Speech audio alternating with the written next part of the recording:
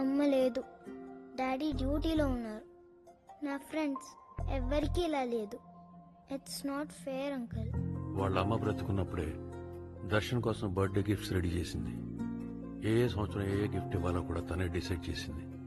అందుకే కార్తీక్ ఈ డైరీ పంపించాడు.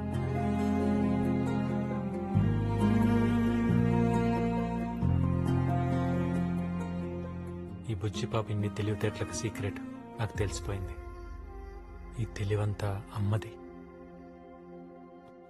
నువ్వు నన్ను అడిగిన క్వశ్చన్స్ అన్నిటికీ ఆన్సర్గా ఈ డైరీ పంపించింది. జీవితం ఒక యుద్ధం అయితే నవ్వుతూనే యుద్ధం చేయి.